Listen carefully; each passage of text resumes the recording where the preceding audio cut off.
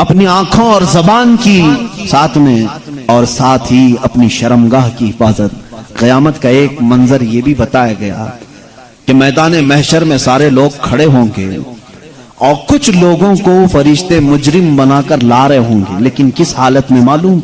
وہ پورے ننگے ہوں گے، پورے بے لباس ہوں گے، اور فرشتے لوہے کی سلاخوں کو آگ میں تپا کر کے ان کی شرمگاہوں پہ مار رہے ہوں گے، جس سے جلنے کی خطرناک بدبو آ رہی ہوگی، اور ان کی شرمگاہوں کو مارا جا رہا ہوگا۔ اس میں عورتیں بھی ہوگی، مرد بھی ہوں گی۔ ان کی شرمگاہیں جیسی جلتی ہوں گی، خطرناک قسم کا پیپ وہاں سے نکل رہا ہوگا۔ پورے محشر والے ان کی اس سزا کو دیکھ کر کے دہل جائیں گے، میدان محشر ہل جائے گا۔ آخر یہ کون لوگ ہیں؟ فرشتے کہیں گے یہ وہ لوگ ہیں جو اپنے ستر کی دنیا میں حفاظت نہیں کرتے تھے، اپنی شرمگاہوں کے ساتھ کھلواڑ کیا، اللہ کی یہ امانت تھی، ان کا غلط انہوں نے استعمال کیا، زنا کے لیے اور بے حیائی کے لیے انہوں نے اس کا استعمال کیا۔ اس بات پر ہزاروں نہیں لاکھوں لوگ دوزخ میں جا رہے ہوں گے۔ آج دنیا پوری کے پوری ایڑی چوٹی کا زور لگا چکی ہے امت مصطفیٰ کے نوجوانوں کو بے حیا بنا دیا جائے، ہماری بچیوں کو بے آبرو کر دیا جائے۔ اسی لیے جانتے ہیں آپ، آج کے دور میں پہلے سے ان لوگوں نے بڑی کوششیں کی تھی عورتوں کو ننگا کرنے کی، سکرٹ پہنا کر کے، ہاف کپڑے پہنا کر کے، لیکن جب اپنے فیشن سے زیادہ متاثر نہیں کر سکے تو انہوں نے موبائل کو ہمارے سب کے ہاتھوں میں تھما کر، انٹرنیٹ ڈال کر اس میں کثیر قسم کی غلیظ ویب سائٹ بھر دی، ہر ایک کے ہاتھ میں اختیار دے دیا۔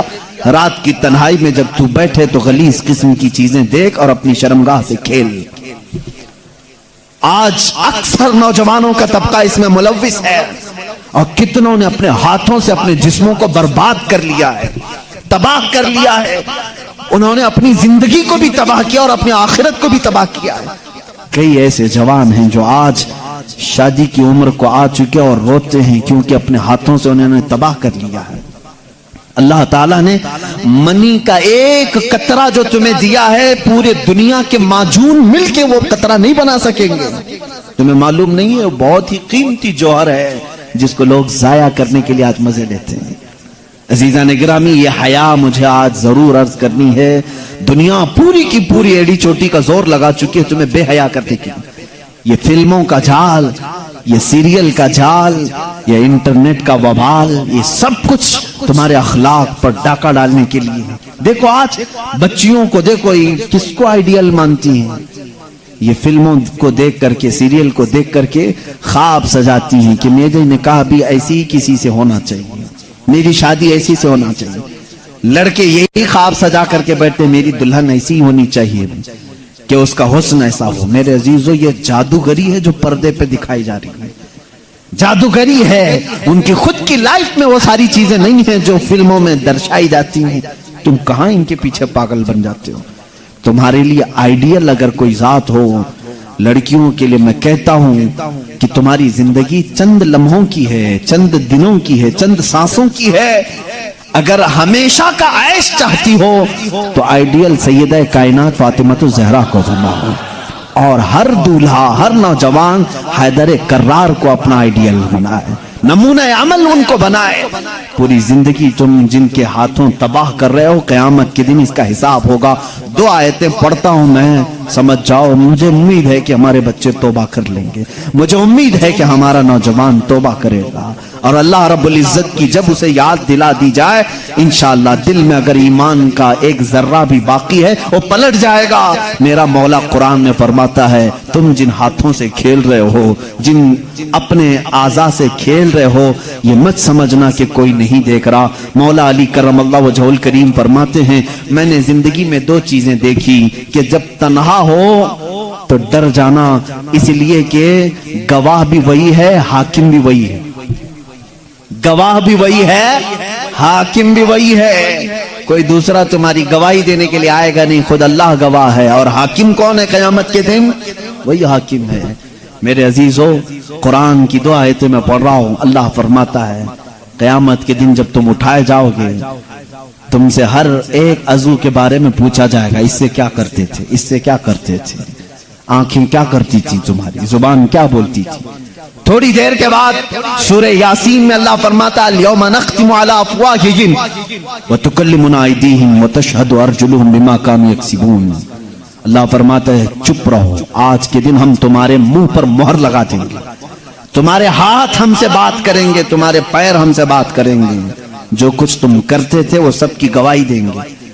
اور 24ویں پارے میں چل کر کے آیت آتی ہے وَقَالُوا لِجُلُودِهِمْ لِمَ شَهِدْتُمْ عَلَيْنَا قَالُوا أَنْطَقَنَا اللَّهُ الَّذِي أَنْطَقَ كُلَّ شَيْءٍ۔ یہ ہمارے جسموں کی چمڑیاں اس دن بات کر رہی ہوں گی، حتیٰ کہ روایت میں ہے ران کی چمڑی بولے گی کہ یہ کیا کیا کرتا تھا۔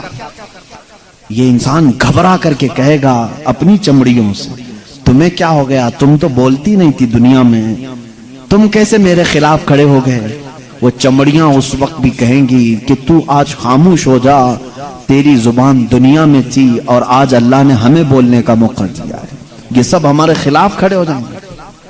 اس لیے میرے عزیزوں، اے نوجوانوں، یہ زندگی بڑی قیمتی ہے جو اللہ نے تمہیں امانت کے طور پر دی ہے۔ رات کی تنہائیاں اگر تم نے اپنی حفاظت میں نہیں رکھی تو قیامت کے دن مجمع عام میں رسوا ہونا پڑے گا، ذلیل ہونا پڑے گا۔